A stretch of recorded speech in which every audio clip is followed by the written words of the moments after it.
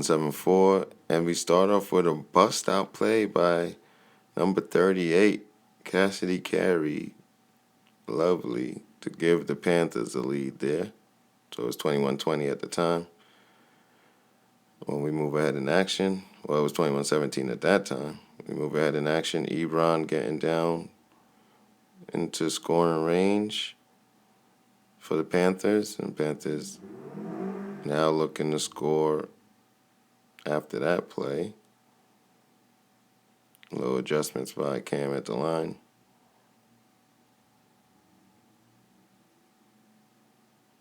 And Jeremy Hill would bust it in. That would give the Panthers a 28-20 lead.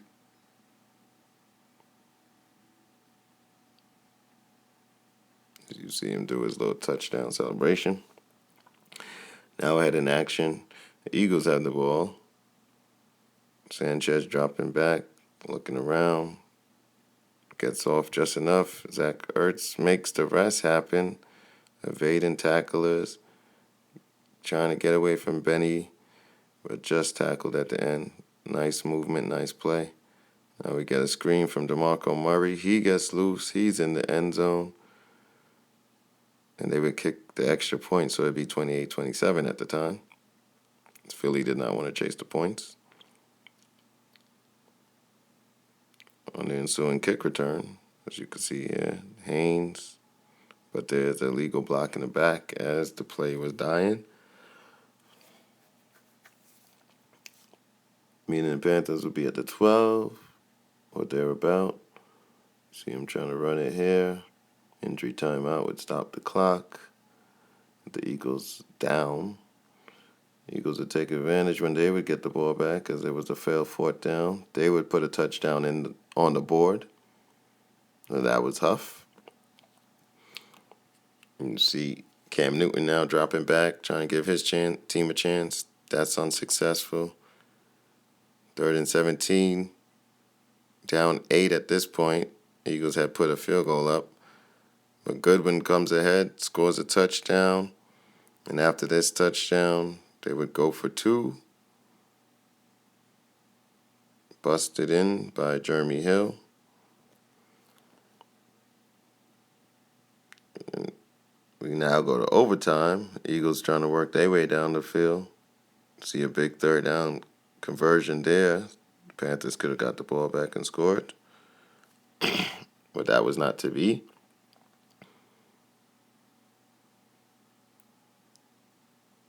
Eagles call a timeout. Didn't like what they seen at the line there. Switched to this play, and this play they loved.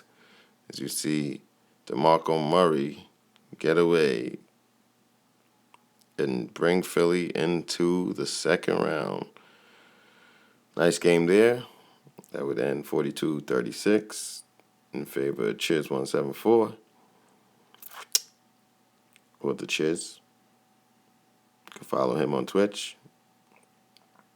Now we pick up action here. Tennessee playing Jacksonville. As you see, Jacksonville is down 7 at this time to Tennessee. It's 4th and 4. Big 4th down for Tennessee. Going for it here. No real reason to go for it, but this conversion is huge.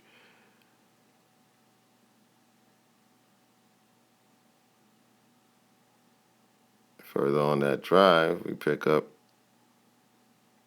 with a big run from 45, busting over to the right. Poof, poof, poof, poof, poof. He gets down. Next possession, or same possession. After this first, giving a lot of love to the pre-snap action of the Titans game. We apologize for that.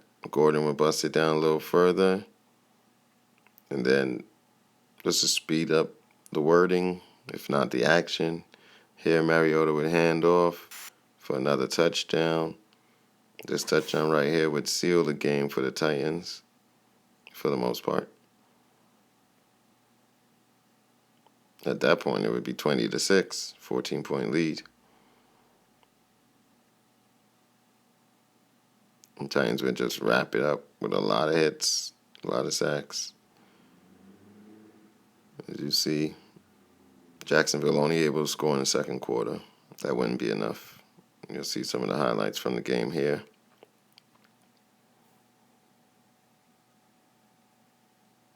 As Marcus Mariota gets his first Super Bowl first playoff victory, under Chulu's.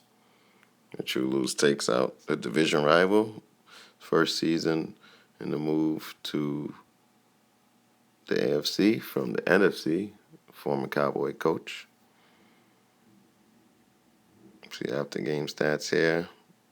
Held them to no yards. Impressive. Now we pick up action with Todd Gurley and the Rams, Silent Murder, taking on Atlanta, hosting this divisional game would be Mexico City. And all the Mexican fans were very excited. They had to come back. It's already 21-14, as you can see here. Good reach out by Stewart on the Johnny Manziel lead throw, if you want to say that. Show it again. Nice little run out by Johnny. Gets it into his guy's hands. This play right here by Trey Mason would tie the game. We move ahead in action now.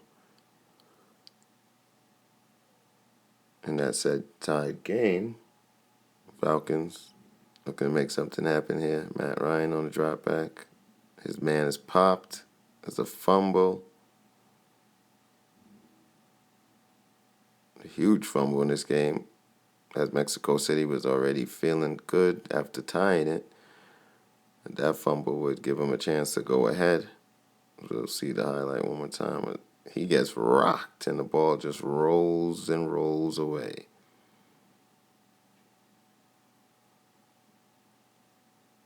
And so we'll pick up action there. Now, with Mexico City having the ball, they'll be looking to score right here. Going into the half.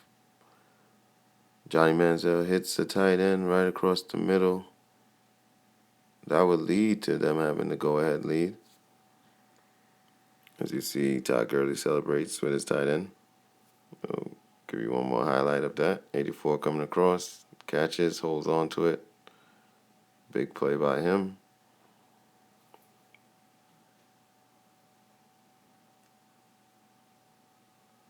So at that time, it's 27. Would become 28-21. Pick up action now, 31-21. With the Rams looking to ice it, you could say. They're already up 10. They could go up 17 right here. Todd Gurley, high stepping on the outside. That would put them up 17. It's looking like they're moving on. 4 minutes to go. Not much time to make a mistake, one would say. Look at the highlight again. Todd Gurley steps out. High steps his way to glory. Rams feeling good. Rams feeling great.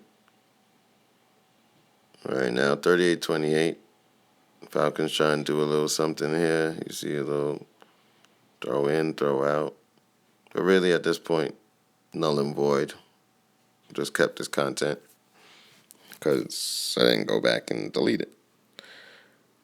Matt Ryan trying to make things happen. Oh, and there is a touchdown right there to Julio Jones. So now 38-35. Rams close out the deal with that Todd Gurley run. They'd be looking for their next opponent. You can see the highlights there. Now we move on to Tampa Bay hosting Philly. You can see the triple option throw out after with 7-7 in the second quarter. That would lead to 14-7. You watch Philly struggle here, trying to tie this game. Incomplete pass, as Morris was running out to the right side and couldn't get it done there. So now Jameis Winston would take back over, look for the screen, gets his guy, good blocking, good juke moves, and number 23 takes it to the house. That would pretty much do that game. If the Buccaneers would win it, you can see the scoring breakdown there.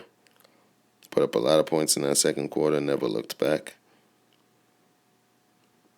A bunch of rushing yards. All right, now we move on to Tennessee in Brooklyn, and that one was over early. As you see, the Conley deep streak. That'd be the only real highlight we had of this game. And it was over early. Move on now to Tampa Bay, visiting Mexico City for the right to go to the Super Bowl. You see the verts action here with the backer running out. That would be a key play later in this game as well. As 23 spins, jukes his way into the house. That would give the Buccaneers the first lead of the game, I believe. 21-17. It became 24-21. Next possession, Rams quickly turn it over.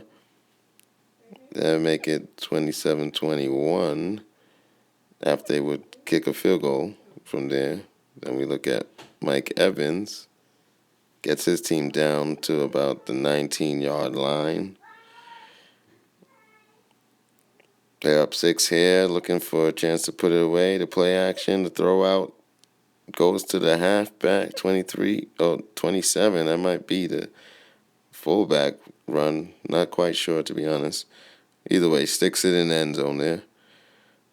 We move ahead to action, 38-35, and you see once again 23 out on that vertical. No one accounted for him. He got down to the 1, and Jameis Winston would plow it in. This game would be done after that if it wasn't done already. And now we have the Super Bowl game, folks. Brooklyn versus Tampa Bay, the last 2 Super Bowl winners at this time. Looking to see who would win in year 4. Starts off intense with number 80 getting a nice play action slant from Jameis Winston. He'd high step into the end zone. Look now at Blake Bortles looking for his guy. He's unable to get him. They'd have to settle for the field goal, and he would put it in. It's 7-3. As you see, people continue to tune into the game at this point. Picking up action again. Brooklyn has the ball in scoring range again, and Brooklyn would get down to the 1-yard line. Almost could say he scored, but 35 comes back and makes sure he scores this time. It's 10-7 at that point, and then we see the kickoff. 25 is taking it all the way. He could jump out of bounds, and he does. He's excited, 47-yard return regardless. Now Jameis Winston throws out the pitch out to 23 again. He's in the end zone, having a nice playoff run. The throw over here now by Blake Bortles as they try to answer, he would not be able to answer, so they'd have to settle for a field goal. It's up, but is far from good.